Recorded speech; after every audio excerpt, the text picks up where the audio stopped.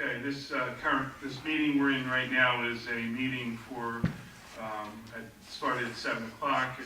We went into closed session, and in closed session, we have made a decision on the situation, the personnel issue, and that decision will be acted upon in the upcoming 7:30 normal council meeting. Well, yeah, in essence, the council received a recommendation from the Labor Council, who's still present, and they're going to entertain that recommendation, but naturally the recommendation is not concluded until all council makes their final deliberation and vote, which has to be at the regular session of our meeting this evening, because the closed session was not advertised that it would go into a final decision. So on tonight's agenda will be added a resolution concluding this closed session that just took place. So that's true. What we need to do with this. That's correct. That's correct. I just want to explain that it's an involuntary ordinance. Okay, that's fine. So I need a motion to adjourn this meeting. All those in favor? Opposed? Ayes have it. Thank you.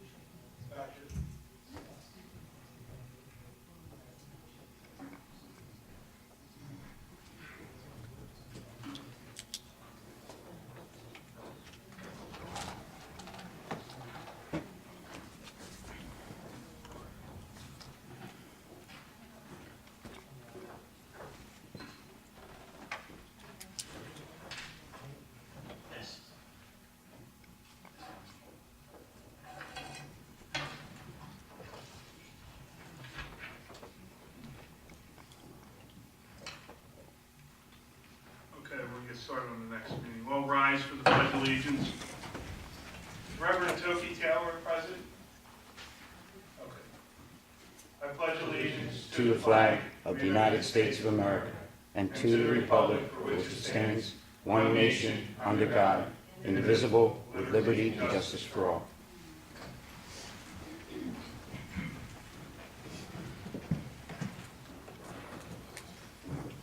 This regular meeting of the Township Council is being held in accordance with the scheduled meetings of the Township Council established and adopted by the Township Council, with schedule designated a time, date, and place of this meeting. Adequate public notice of this meeting has been provided pursuant to the provisions of the Open Public Meetings Act. We're using electronic amplifying recording device in order to obtain audible and clear record. We request all those wishing to speak be recognized and state your name and address directly into the microphone. Recording device be solely utilized by the Township Clerk's Office shall be the official record of Township Council meetings. Roll call, please. Mr. Hutchinson? Present. Mr. Schmidt? Present. Mr. Stoddard? Mrs. Strada? Here. Mrs. Winters? Here. Mr. Mr. Bianchini? Present. Mr. Carpenter? Here. Mr. Cardis? Here. Mrs. Eric? Here. Mr. Lechner? Chief Earl? I believe Chief Earl is here, but he's in a meeting with the labor attorney. Before we go into the public portion, we're going to be acting on a resolution that was developed or came about of a decision that we made during the closed session. So in trying to make sure that the people who are attending tonight's meeting have an idea of what we're trying to do, I want to explain that before the first public portion, unless my fellow council colleagues would wish me not to do that. So we were in closed session, as Mr. Collier stated. We were given a recommendation by our labor attorney And this dealt with a situation with a longtime police officer of almost 23 years of service. The civil service rules would have made it into a discipline type scenario, even though that discipline was not because of a performance issue or something bad by that police officer, and it was due to another circumstance which I do not want to get into. Instead, the recommendation was to utilize a involuntary ordinary disability retirement for this officer who served the township for 23 years. So that is what this resolution will declare if council so chooses to approve it. It's not one that would normally go up on the board because it was in a closed session. It was dealing with a personnel issue that have different rights and reasons for not being posted. So in order to make sure that the residents here are comfortable and we're not just trying to put something through, I wanted to explain that before the first public portion so that the agenda items, and this would be an agenda item, if there was any questions that I probably can't answer a lot of them anyway, and I would leave it to our attorney, it would give you the ability to ask those questions. So, Dave, I don't know if you want to add to that. The only thing I would add is that the officer was represented and is represented by legal counsel. The officer's legal counsel has already communicated with the township's labor counsel, who is in agreement with the recommendation we received this evening. Is there anything from council, anyone from council wants to discuss or add? Okay, so with that, we will go to the first public portion and wish to speak on any agenda items only. Please raise your hand, come to the microphone. Ray?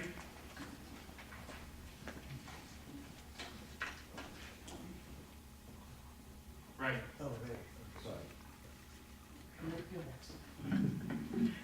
Good evening, Council. Ray Paul, Door Ariel. Good evening, Ray. Without going into detail on the agenda items, what would be the total amount of that the township is going to be bonding tonight? Well, we're going to introduce the bond ordinance, so the ordinance is not going to be perfected until it has a public hearing, and then 20 days after that, and the amount would be $800,000. 800 only? Any fees or expenses that would accompany that? There's probably fees built into it. I don't have a breakout of those. All within the 800,000? I believe so. Okay. And what was that, the 800 specifically for? 800 involved that storm from June 23rd, which in my eyes was the worst natural disaster that we've faced at least since I've been here, 1989. It took us this long just to get together all the numbers. Our emergency management coordinator, Ray Evans, has submitted a FEMA application for, I believe, $720,000, and that is just for the first 30 days after the event. There's most likely going to be a couple other FEMA applications that are going to be submitted. Any FEMA money would not come in, if it does come in at all, because it has to be approved. I believe it's approved at 85% of the submittal. Would not be approved until 2016. So right now, looking at our budget, we've got some budgetary problems that are directly related to that storm. If and when FEMA money becomes available, will directly offset that particular cost? Because obviously with our bond and debt reaching up and around $110,000 now, the $800 offset, I mean, I understand the cleanup. In my mind, it will come in and it will offset the debt because it has to be raised in 2016 and 2017 if what I've been told by local finance board, Division of Local Government Services, they're only going to allow us to fund that over a 2-year period. There's a bit of an argument because I believe it should be either a 3 to 5 year period because that's what would be was allotted for Hurricane Sandy, and the statutes directly refer to only hurricanes and floods, which I find a little bit bewildering as to why they couldn't classify what happened to us since they came down here and declared a state of emergency themselves as similar to what happened with Sandy. Now, is this the state acting on our behalf for this FEMA money, or is the township directly dealing with it? Directly, applying to FEMA. Okay. My next question is on ordinance 1513. I believe that there's a list of employee administration and governmental positions and the salaries, minimum and maximum salaries. We believe that there was an increase in the salaries posted on this particular ordinance. There absolutely was an increase in the range. It does not directly determine what an individual receives. They have to receive what's in the range. Within the range. The maximum, now how does one know that? Maximum salaries are not at the maximum of the range. Okay, but with what you're deciding tonight, with those numbers, where will the residents know where that number lands? If you have one set of numbers and a maximum, how will we know where that, let's take, for instance, a $4,000 to $5,000 increase in somebody's salary, with the $5,000 being the maximum end. How would we know where that's being decided if you're approving an ordinance this evening?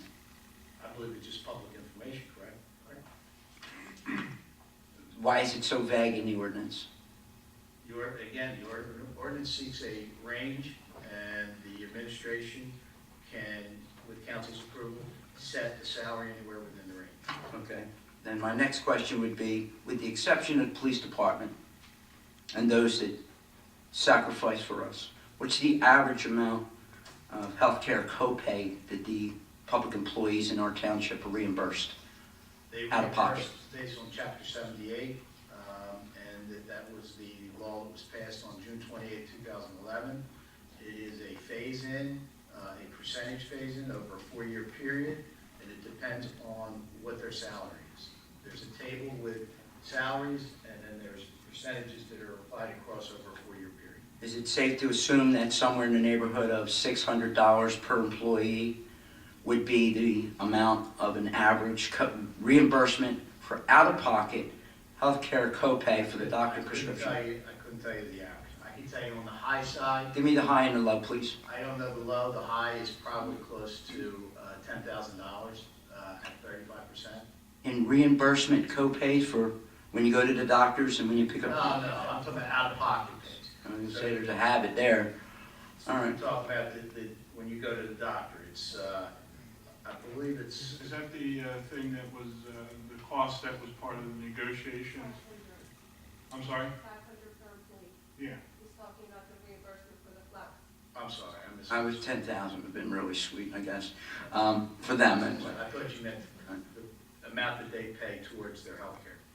Is Gloucester Township aware that of all the municipalities south of 195, I haven't found one other municipality that utilizes that practice of reimbursing in public employee copays for out-of-pocket, which now makes it out of taxpayer pocket. Are you familiar with that or aware that we're the only township that does that? Pine Hill does that. Pine Hill has done that for a period of time. They exceeded my employment with Pine Hill. So there's one right there that does it.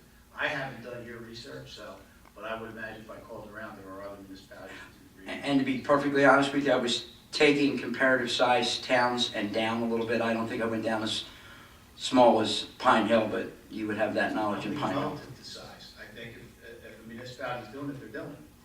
To Whether they're tax- small, whether they're large. To taxpayers, if you're utilizing 20 employees, 40 employees as opposed to hundreds of employees, it would make a difference to taxpayers. Again, I think it's relative to the, Tom, this is the flex spending, it is the flex. and that's, correct if I'm wrong, that's part of the negotiated. It always has been, yes. For prescriptions, dental, it's for basically any out of pocket. How long has that been going on in this town? It was here when I came here in '89. Back in 95 and thereafter it's been done? Yeah, oh yeah, absolutely. So, yeah, it's a lot of years of taxpayer expense. Thank you for clearing that up. Have a great night, all. Thank you. Appreciate the benefit. Anyone else? Yes, sir. Bob Harbinson, 1614 Huntington Hughes. I'm just wondering if there's any progress on that Broadacre Street, getting it fixed. I mean, it's been going on for 6 months. I would ask our engineer if she has any updates on that. I mean, it's quite a long time for the street being blocked off. And I can get an answer for the gentleman tomorrow. I raised the question this afternoon based on a resident inquiry. It could have been him, I don't know. Right. Somebody made an inquiry. I've been caught. Through the mayor's office. The And mayor's office, I called different freeholders and everything. I mean, it's quite, you know, it's long. Sir, can you give the clerk your number, and I would ask? I gave it to him before. But if you wouldn't mind Okay, giving it. and another thing is, that's a 35-mile speed limit. There is no signs from Blackwood Clementon Road to Cherrywood. And there's quite a few accidents out there. They're giving tickets out. Anybody going along there, it shouldn't be legal. Well, we could discuss that with the police I department. mean, I went there Thursday down there. I mean, I'm getting tired. I have to do it to get things done, just like the gas station cleaned up there. There's other people getting paid for these things, and they should be doing it. We'll ask the police department on the, If you could give me the number, I can have the township engineer calling you. It's not. On my phone, my address or phone number, Phone number. phone number. 435-2014. Okay. Uh, And what was your name again? Robert Harbinson, Harbinson. Can you make sure? I'll have Mr. Campbell contact you. I'm an 88-year nuisance. yes, project. Oh, Yeah. I wonder why. Okay. Okay, I have plenty of time in my hand. I will get back to you. You will, I think, How hardest will get I back will to get you. back. okay, I mean, and the speed limit signs, like a police officer told me the other, oh, there's a sign down there. I said, no, there isn't. And they're out there writing tickets. And that is on One- Broadacre or on? No, on College Drive. There is no, this is the first time they had a sign out there for speed limits. In all these years, they had these signs going around. I mean, if I get down to Woodbury, it's got 25, I can do 25 there, because they're gonna tag you. But they were clocked the other day at 77 out there on College Drive. You can check with the police department and see. All right, Well, thank the you. chief will look into it, and we'll get you an answer. I mean, there was a lieutenant supposed to be doing this stuff. Did you get a notice on that? Because Chief just Thursday. came out, he's not aware of what was being discussed. This is a speed limit, 35 miles an hour on College Drive. The gentleman here was claiming that, I guess, a ticket was given for 77. There was no posted speed limit there. that's from Blackwood Clement Road to Cherrywood. There is no signs of it in that area. They're all down for some reason. Yeah, I'll certainly look into that. Yeah. We've been doing quite a bit of enforcement out there, so. I mean, that's the worst street in Gloucester County Township for speeding. I'm sorry? That's the worst street. It's something we're definitely addressing. I know you're out there, but Yeah. I mean, it's gotta be slowed down. You go through Woodbury or anything like that, you go up on Warwick Road. If you're doing over 25, that guy from High Nell is gonna get you. Have a good day. Thank you.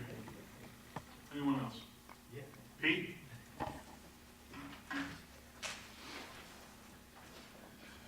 Good evening.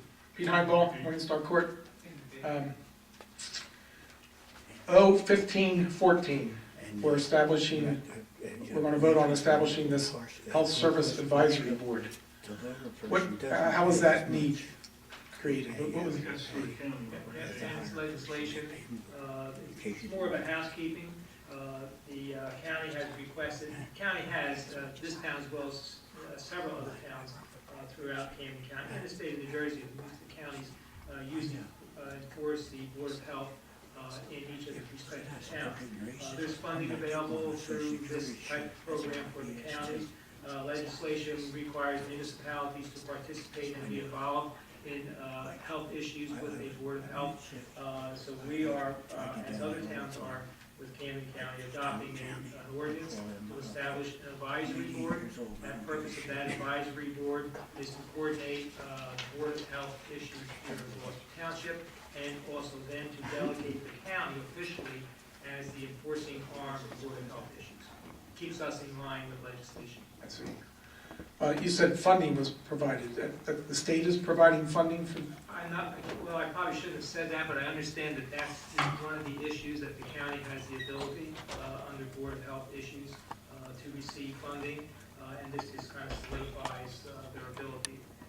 I don't know that for sure, but I think that's one of the reasons why they initiated the towns to delegate them as the enforcement arm.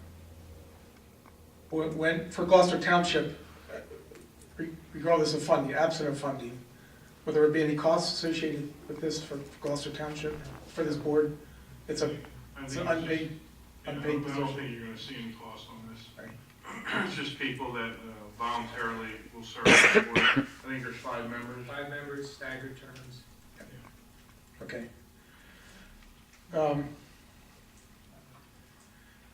On R 15-11-329, it's the non-fair and open contracts. These vendors who've been selected to receive these non-fair and open contracts submit a business entity disclosure certification. That's a state of New Jersey document, right? That's not a township document. That's a form that's been developed by the state of New Jersey. Is that correct? I believe you're correct. And that's a form that, if I read the details of the ordinance, or the resolution, requires the owners and the firms to disclose that they have not made any political contributions. Our CFO, Christie Erickson, that is a state. That's correct. Okay. And by political contribution, that means to the candidates, I suppose, to the party committees. Does it also include township PACs? Are they? Yes. Okay. I read the form itself, and it says political party, it says candidate committees and joint candidate committees, and it says political party committees on the form, and that's all it itemizes. It doesn't say political action committees or anything like, it doesn't specify My that. understanding of the state legislation, they are included. Okay. That's how I interpret reading the state Right. legislation. So these vendors who are receiving these non-fair and open contracts are required to have 0 across the board, 0 political contributions across the board to all of these different committees, right? For a year, for 1 year First period. 300. They have to say whether or not they made any contributions. Oh, it's not required that there be 0, it's just they disclose what they They have to require. disclose if they have made any contributions. Have any of them disclosed that they have in fact made contributions? They're all on file in the finance office. Why wouldn't that be on the detail on the agenda? Why wouldn't you disclose that? Well, this is just to establish that these are all the these are all the vendors that come under this non-fair and open process. The packet that each one of them filled out was about 10 pages. So all the backup and the detail is on file and can be requested at any time. But we're required to disclose them, and that's what this resolution is doing. Just disclose the vendors that are That's correct. participating in it. That have contracts that are. When you say required by New Jersey statute or something? This is an ongoing issue I have, that there's New Jersey requirements and there's township ordinances and things like that, but none of those are adequate for people who want to know what's happening, who are interested in knowing more details of what's happening. You're allowed, I would imagine, to disclose more than what New Jersey says is the minimum. I don't understand why we don't But do more of there's that. avenues where people can find that out, correct? That's correct. So there is, Oprah. nothing's being held without, you can go and find out who's contributing, who's not contributing. You could request, I guess, through open documents that, to get a request to that. So you do have the ability to find out who's Yeah. doing what. We have a difference of opinion there. I think there should be more upfront, just presented information, transparency, not behind, in a file that has to be requested or in some other report filed somewhere else that has to be looked up. What would you do differently? Here. I would list every one of those for example, every one of these non-fair and open contract firms who have indeed disclosed that they made a contribution, political contribution. So you would require Example. them, I'm trying to understand what you're asking for, to say what they contribute.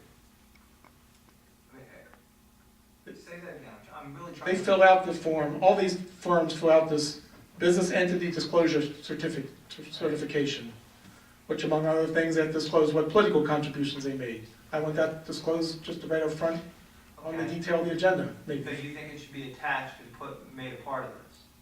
and the detailed attachment to the agenda, So yes. we've got, how many names here? We got 40 names, maybe? 40, so 10 pages for each one of these things, that's 400 No, I'm pages. not saying every page, I'm saying who, list who actually made a political contribution could be disclosed on the agenda. But don't you think that it's easier for someone to make a request? To, No, to read it back, as opposed to reading it on a piece of paper, that's, yeah, because, you know, how many residents are in this town, Pete? How many people are gonna look at that? The people who are gonna look at that are the people who wanna know what you're asking for, and they're gonna know how to do it. well, we differ. I understand what you're saying, we differ. I think as a rule, we should err on the side of more transparency. I But then think it that's been an becomes so ongoing, voluminous. I get it, It becomes so voluminous that everything gets lost in the details. So it's- Pete, can I read this to you? I'm sorry, Dan. It says, Dave, if I'm saying or thinking something different, please help me here. Whereas the below listed business entities have completed and submitted a business entity disclosure certification, which certifies that the below listed business entities have not made any reportable contributions to a political or candidate committee in the name of Gloucester Township in the previous 1 year, and that the contract will prohibit the below named business entities from making any reportable contributions through the term of the contract. okay, that's what I read also, but then I just heard something different as I asked questions. So therefore, they cannot make a So contribution. they're all made zero I did ask that question I know 5 minutes you ago. did, that's why Yeah. Dave pointed it out for me, and so I hope that clears it up. So they can't for the previous 1 year, and that they cannot, they're prohibited from making any reportable contributions through the term of the contract. Now, I'm not sure what reportable means, but Probably anything over $300 is reportable, so. okay, so. So that's what I originally asked, and led us down a different path, and that's why I asked the follow-up questions, but, so those weren't needed. But I'm just gonna re-ask the one question I did ask. That statement, and that zero political contribution statement does include Gloucester Township PACs.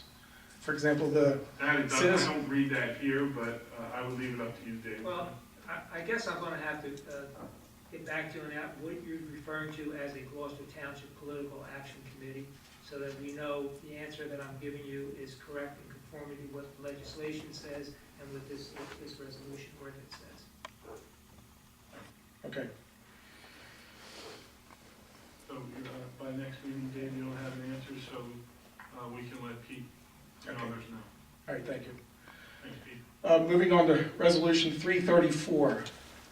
It's where we're canceling the unexpended appropriation balances for capital line items. So these were capital projects or capital line items that were budgeted and appropriated. We Right, didn't spend all the money, so we're canceling balance of appropriation. The capital fund balance, correct. So the original amount that was approved and appropriated, that full amount, that full original amount was borrowed. Correct. It was funded. So there's leftover cash, And the way to handle that would be cancel it to the capital fund balance. and that was in the tune of $1.6 million, That's correct. if I remember. And we have $720,000 or something like that on this emergency storm. Sounds like we could, Completely different fund, completely different actions. You cannot combine the two.